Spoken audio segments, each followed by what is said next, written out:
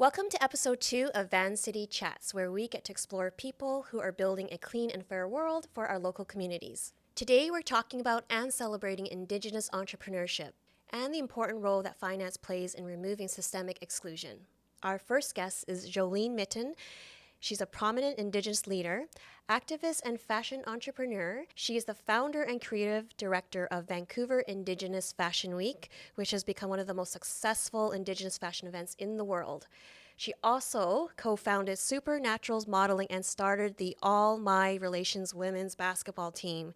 And she's also a Vancity member and ambassador. Welcome, Joleen. And we also have our very own Vancity's Director of Indigenous Banking, Michelle Laviolette. Michelle oversees the strategy to deliver Vancity's commitment to reconciliation and its goal to become a valued financial partner to Indigenous members, organizations, and communities. Before we get started, I'd like to acknowledge that we are filming from the traditional territories of the Musqueam, Squamish, and Tsleil-Waututh nations. And as a settler, I'd like to pay my respects to the elders, past, present, and future. Feel very grateful to be here today, to be able to live and work, and to also be part of this amazing conversation. My name is Anita Chan. I'm the content strategist at Vancity, and I'm incredibly excited to be with these incredible humans today to have this wonderful conversation. I'm really excited to have the chance to speak with both of you. How are you both doing today? Really well. It's Monday. Yay! Monday! So we're here today to have a conversation about Indigenous entrepreneurship and dive into the significance of supporting Indigenous business owners and the impact of our economy. Joleen, I did introduce you, but could you tell a bit about yourselves to the audience? Sure. Hi, my name is Joleen Mitton. I'm Cree Denza from the Saurage Nation and from the Blueberry Nation.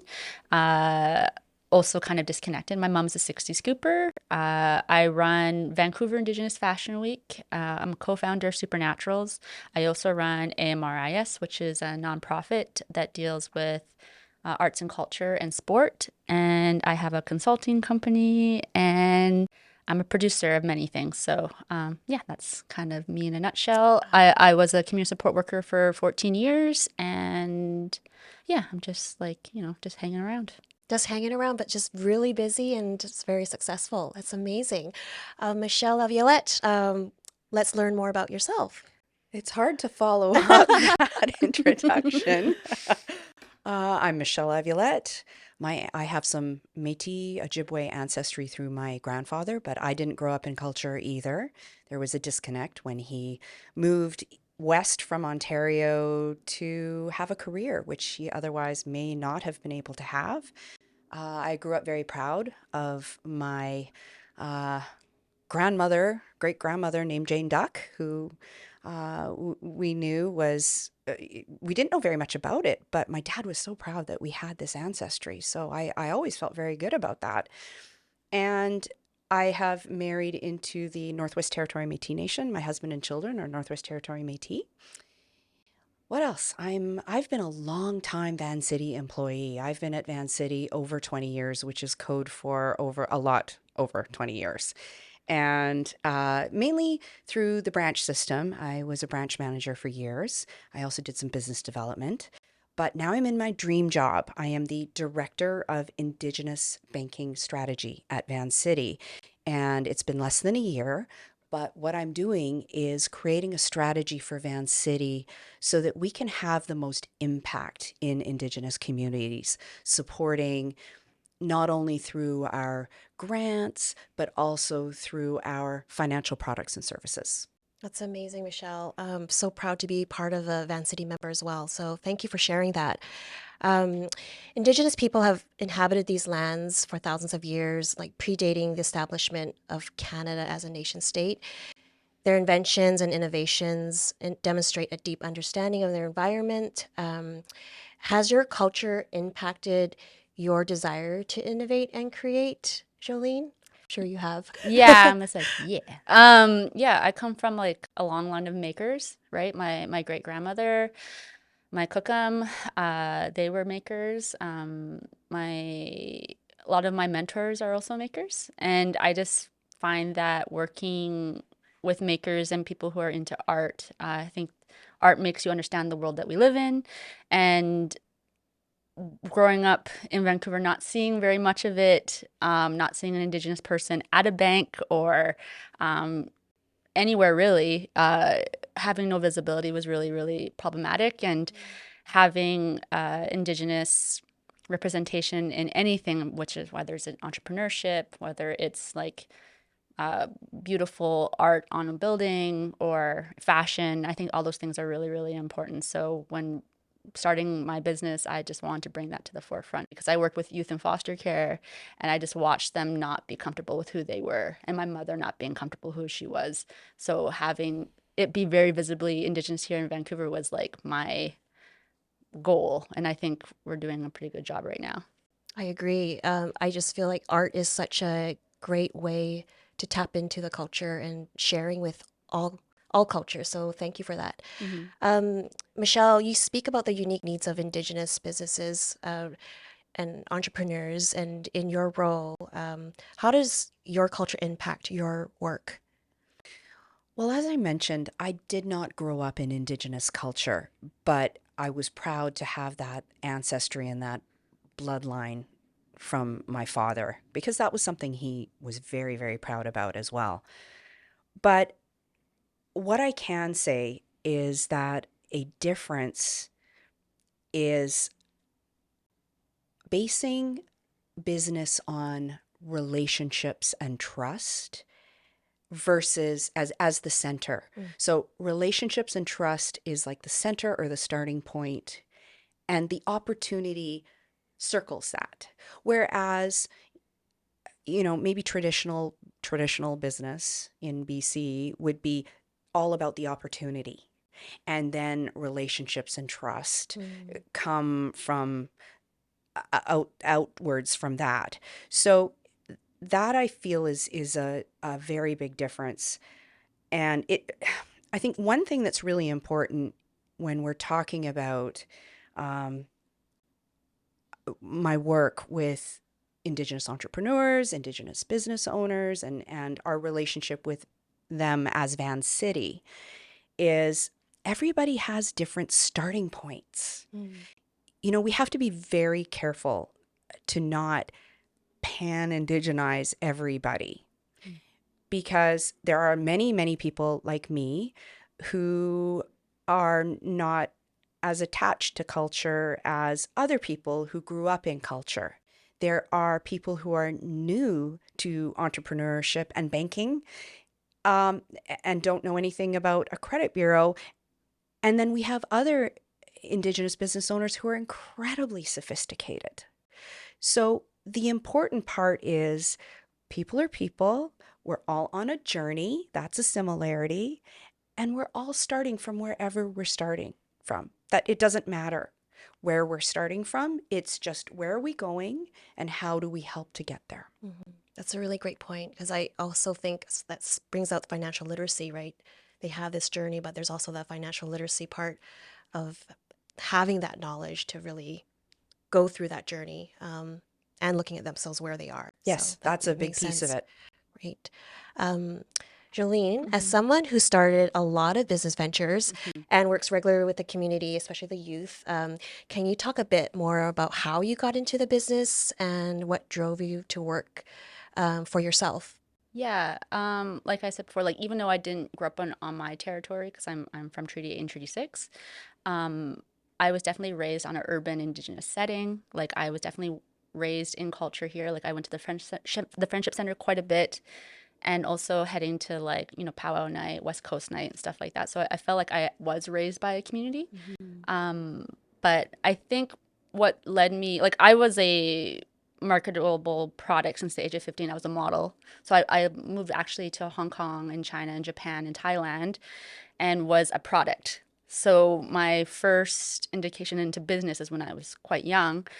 But I hated it. And I came back to Vancouver and I started working within the community and I started working for the PFNW, which is a woman led organization with some really great mentors. But like working for other people, I found it was like kind of like, even though I learned everything I needed to learn from my aunties and community members, I always found like I wanted to get things done faster. And I think that's the reason why I got into business for myself, because I was seeing the gaps. I understood the system.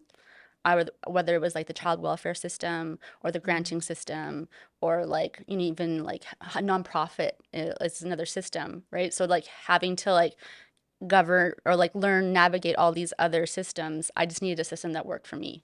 And I think that's the reason why I'm like, okay, I'm gonna, with the, you know, the support of my community, I'm gonna start like Vancouver Indigenous Fashion Week. I'm going to start Supernaturals. I'm going to start All My Relations Entertainment, because there was nothing happening at that time, like 10, 15 years ago, when I was like on this journey to like indigenize Vancouver. There was only a handful of us at that time. There was like, it feels like it goes in groups too. Like there was Red Wire magazine and Oz 12 and all the people that were kind of doing that work in that time. And like there was another like resurgence in my time with like Kasalem and myself and a couple others, right? So yeah, it was just really, it's this fact that I'm impatient maybe. I just wanted to It's on get, a fast track journey. yeah, a fast track journey Yeah. in terms of like, we need this now for my youth, because they're starting to commit suicide or have identity issues. And that's what I was getting. The why situation was really big. So it's mostly to do with community and youth. A lot of compassion there, because that's a really great point, because you were dealing with a youth, and so that really pushed you to move fast with your goals and dreams, and very strategic too. It's really, I commend you for that. Thank you. So, according to a report published by the Business Development Bank of Canada in 2019, Indigenous entrepreneurs represents about 2% of small and medium-sized enterprises in Canada. Curious if we could talk a bit about the barriers for Indigenous peoples in kickstarting business in Canada. Michelle, do you want to take that one? Sure. Well, first of all, 2019 seems like a long It time does. ago. I think it's Like different a lot story has now. happened. Mm-hmm. And the Indigenous communities are the fastest growing populations in British Columbia right now. They're outpacing everybody. Wow. And you may have heard of Indigenomics by Carol Ann Hilton. And she's saying that we are driving to a $100 billion Indigenous economy. It That's started amazing. off at 32 billion, driving to 100, and it looks like we're going to get to 100 a lot faster than anybody thought, like within the next couple of years. Wow.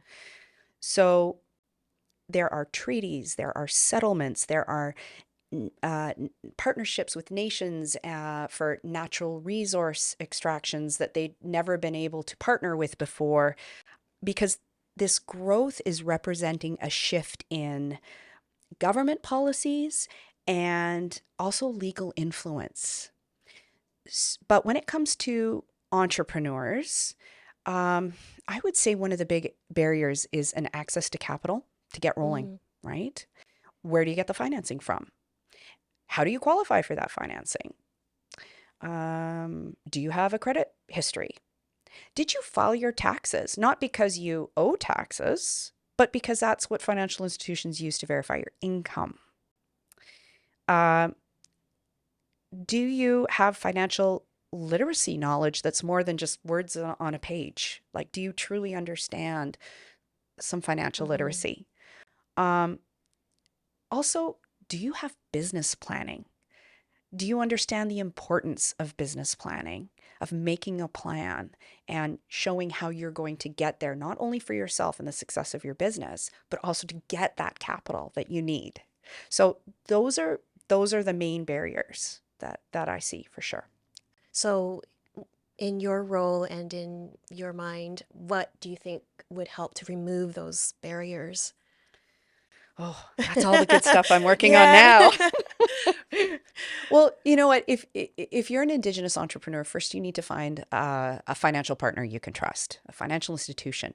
And it may be scary, but if you really have faith that there are people out there who just want to help and support and who will find a path to help and support, put yourself on that path. Because, for example, at Vancity, we finance business planning through some of our grants. If we see a promising Indigenous entrepreneur, but they don't have their business plan down, Our impact strategy team actually has a budget to finance a certain number of entrepreneurs to get business planning skills, which is very handy. That is really handy. We also have micro lending, which is that first type of lending that you get to get on your feet and to get your business going. We have a lot of very passionate people who are there to offer advice and guidance along the way. So those are some of the things that can help. It's amazing. I'm so proud to be a Vancity member. Curious to hear from both of you. Business in general, at least how we run things in Canada, is quite colonial in nature. And how do you feel about the Indigenous worldviews? What can they do to impact business and commerce in Canada? What can we do to lessen or remove the colonial aspect? Yeesh. That's a It's a heavy heavy one. question. Yeah. But That's like heavy. idealistic, I guess. Yeah, I mean, It's like you think about circular economy and how we do things in ceremony. On the coast here, they have potlatches, and our like Cree and Ojibwe, I think it's kind of similar. We do a lot of our work during ceremonies, so it's like I don't know what like the colonial structure doesn't really support that. So, what are we going to do? I have no idea. It's kind of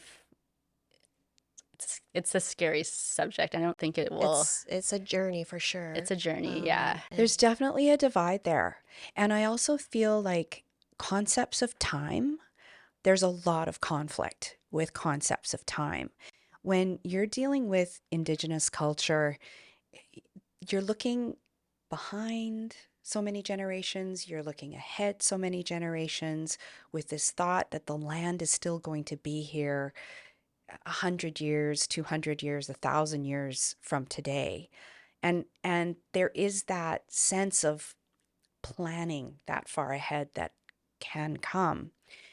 Whereas on the colonial side of things, or your typical corporate environment, you've got to get that quarterly report in and show what you've accomplished in that quarterly report.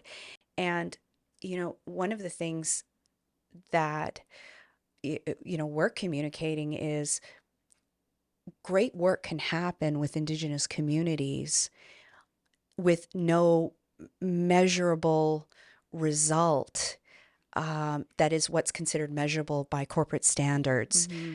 You can meet somebody and build a relationship and build trust, and they can tell a friend about it. And there may not be a direct line between some of the work you do in Indigenous communities and a business result. But there's a dotted line, and there's a lot of dotted lines out there because there's a lot of Indigenous business right now. Yeah, it's hard to quantify like your impact when you're starting, right? Like you can't like I remember doing all these grants or like how many people are going to be at your event? How much lighting do you need? Like how many like planning it's important for sure. But like how could you like what is your social impact? I'm just like, well, hopefully at some point we're healthy and happy people. Like that's all we're trying to do at at the nonprofit or the basketball team or Vancouver Indigenous Fashion Week. So it's just like you can't really put dollars to people. So yeah, that's a really good point. You can't really measure thriving and health, mental health, and we're all trying to get to the same destination. But that's a really good point, is removing numbers for results and look at happiness, health of the community, and thriving and growing from that. So thank you for that.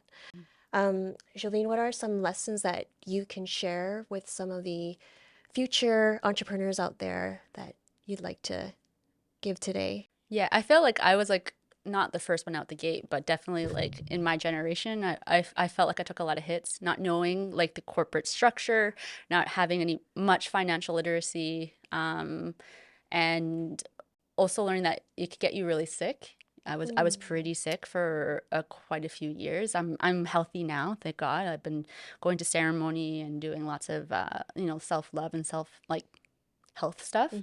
But it is going to take a lot out of you, and making sure that you have like a good circle around you, that you're supported not just by your financial institution, but like people who have been through it already, because a lot of our Indigenous women have like, you know, the Indigenomics, Caroline Hilton, and all these other people who have lots of extensive knowledge about like what it's like to make it into the corporate world. Yeah, I have a great wisdom circle with Andrew Reimer, Ginger Gosson Miles. Oh, who else is in that situation? Chris Archie and Denise Williams. And they're awesome. They've kind of rode this crazy rodeo, which is colonization, and like come out other side like okay, right? So that's what I was. That would be my cautionary tale, that it can take you for a ride. It's I like that, the wisdom circle. So everyone needs to find a wisdom circle or a safety net of supporters and mentors, right? Yes. That's so great. And Michelle, from your perspective, what are some of the tips or one tip that you can provide Indigenous entrepreneurs if they were to start a business today? I think it's most important to be curious, to ask questions, and to understand that there's no question that's dumb or no question too small. It's really important that you know, go out in good faith and trust the process and trust that the people that you meet will help. Because yes, go out there and try and find financial advice that you can trust. Ask your friends, ask for referrals, meet people, find somebody who you feel really has your best interest at heart to support you and give you good financial advice. That's definitely number one. Ask people what they would do if they were you. That's a really basic question that you can ask anybody for any situation in life. But if you want to get good advice from people, ask them, what would you do if you were me? I think that's a really critical piece of advice. I tell my kids that all the time. It's great. You know, there's so many resources out there, and it's a double-edged sword, because all you have to do is Google Indigenous financial literacy, or you'll get inundated by support groups, organizations, financial institutions offering advice and offering help. And it can be really overwhelming and very stressful, because you may think, well, how do I know what's right? How do I know that I'm not being taken advantage of? How do I know I'm getting the best deal? Don't be discouraged. And having a lot of information out there can be a good thing. But my best advice is just move forward, take that step, talk to your friends, look for referrals, find people you trust. If you have a bad experience, it's okay. Move on to the next experience. Because the bad experience ultimately is a learning experience anyway. Yes. And can open so many opportunities. And I'm sure you can relate to that. Yeah. Oh yeah, Joleen. now I can like laugh about it, but at the time I was pretty pissed off. So great. Well, if you could leave those listening and watching this episode today, what is the one message you'd like them to share? Joleen, would you like to go first? Sure. I just want to say, like, Indigenous people are strong, we're resilient, and we're coming for that money. Coming for the money. Coming Yeah. for the money. Yeah. And yeah, I just think that we're just trying to open these doors, and I think, like you said, it's gonna be different in the next like 10 years. Or the 2 years, I think, right, Michelle? Oh, Could 2, be. 3, yes. Yeah. Great. That was great. Michelle, how about you? Find your people, find your support network, and just start. Move forward. If you have a dream, make it happen. Life is too short. Start. But your biggest resource will be the people that you meet along the way. I love that. Then that applies to everybody. Yeah. So just start. Just start. That's great. Oh, also. Oh, more. Sorry. Yes. Yeah. Like also like look back on like what your ancestors did. I think that's really yeah. important too, because like you can be very gung ho But there's so much knowledge and what our ancestors knew. So always bring that Indigenous worldview into like your work, because I think that's what's going to keep you healthy and protected. And be your differentiator. It's beautiful. Well, thank you. Joleen, can you tell us the first time you got funding for your business? Yeah, it was during Canada's 150, like Canada's birthday. So it was, very troubling for a lot of Indigenous people, myself included. I was in conversation with the feds about getting funding for a satellite event, which is Vancouver Indigenous Fashion Week. And I asked for $250,000. They're like, who the hell are you? Which is like fair. Like there was no relationship yet, right? Between me and banks. There's a relationship with the community. Like I'm very well known in the community, just because I've raised half of the kids that were in care. But there was no relationship with the city of Vancouver, the feds, or anything like that. Anyways, I applied and I didn't get the funding through Heritage Canada. And then I went to the actual city hall and like banged on their door. And I was like, hey, you got my money. And which was a lot of money. And they had their Canada 150 plus celebrations. And then I was a part of their committee there to like help with the musical acts and stuff like that. And then in partnership with Canada 150 plus, Vancouver Indigenous Fashion Week was able to, because the Civic Theatre is actually owned by the city, so they gave me that space. We still didn't have any money though. So it's just like I was basically putting on this like event for like free in a sense, but like it was a gift to Vancouver. And I think we got like $25,000 our first year, which for a huge event is nothing. So that's relationship based. So like that was a community effort that people really, really wanted. So that's people coming from all over Turtle Island to come and showcase their work. And like it wasn't just Indigenous people. I think at Vancouver Indigenous Fashion Week is like, we have a lot of ceremonies and a lot of things that you can't come and see. A lot of us, it's not for public consumption, but like to be able to celebrate with Indigenous people is amazing. And fashion's really good at being able to be that like vehicle for that. And yeah, I think it was just basically not enough money. Wasn't enough money, but like the things that people were there, the impact was wanted. And that was my first time getting $25,000 to put on a huge event with 3,000 people our first day. That's amazing. The numbers don't even add up. Like 25,000 for such a big event. It was a free event. Wow. As well. Yeah. So and it was full every Definitely night. Was a gift then. It was a gift. Literally. Are there any resources that you can share with Indigenous entrepreneurs? I feel like we can overshare the amount of resources for Indigenous entrepreneurs because there are so many local organizations. Nations have different programs as well. There's a lot of support. And like I said earlier, it can be really, really overwhelming. Obviously, I'm most familiar with Vancity resources. So come into a Vancity branch, talk to an account manager. It's a good starting point. And from there, the account manager can reach out to my department and we can look at other resources that can support an entrepreneur's business journey. And we've done that with a few of our Indigenous entrepreneurs, and there's nothing so satisfying as watching them flourish, coming back a year later after a year of coaching and to have an incredible business plan and to have their business start taking off.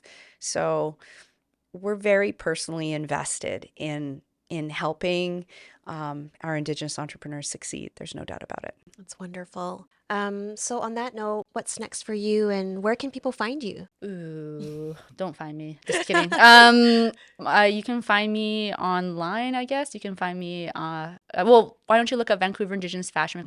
It's a long one on Instagram. You can look at vifw.ca for updates on Vancouver Indigenous Fashion Week. And right now we're working on a TV show for Supernaturals. And hopefully that will be on your local streaming. Yeah, so we're just going to do some really cool stuff in the next year. So, yeah. Well, thank you. And Michelle, any exciting plans for your role at Vancity, upcoming projects? I know you're... Well, it's fun for me. It's fun. We'll be rolling out our strategy for Indigenous banking this year. We're looking at options for branch on reserve. We're looking at convening our employee resource group because we have a number of Indigenous employees and really activating them and growing the number of Indigenous employees we have at Vancity. We are in a program called Progressive Aboriginal Relations, which is a certification program by the Canadian Council of Aboriginal Business. And we're in our second year of this certification program. And what it does is it independently evaluates all of the activities Vancity does with an Indigenous lens to certify that we are doing more than just checking boxes in saying we're doing reconciliation. We're actually practicing reconciliation actions, be by our hiring or our business development or our relationship building, our leadership commitment, our financial literacy. Another thing that we have in the works, so just a couple, we have an indigenized financial literacy program called Wealth Mindset. And this last year and a half that we've released and held it, we've had incredible response from the community because the first module is a circle module. It's in circle and it has the participants connect to their own value of wealth. And that value often includes health and family and relationships or the fact that they may, based on their upbringing, have just a completely different value of money or a different understanding of money. And we're looking to take this wealth mindset program and figure out how we can get it out into all of British Columbia and maybe across Canada as well. So there's a few things we're working on. Just a couple of things, right, Michelle? Yes. That's wonderful. It's such an amazing things you're working on and making such an impact. Just want to thank both of you today, Michelle and Joleen, for chatting with us, sharing your knowledge and views. And just a reminder that as members, we are a financial force for change. I'm Anita Chan, your host, and thank you for joining. Thank you. Thank you.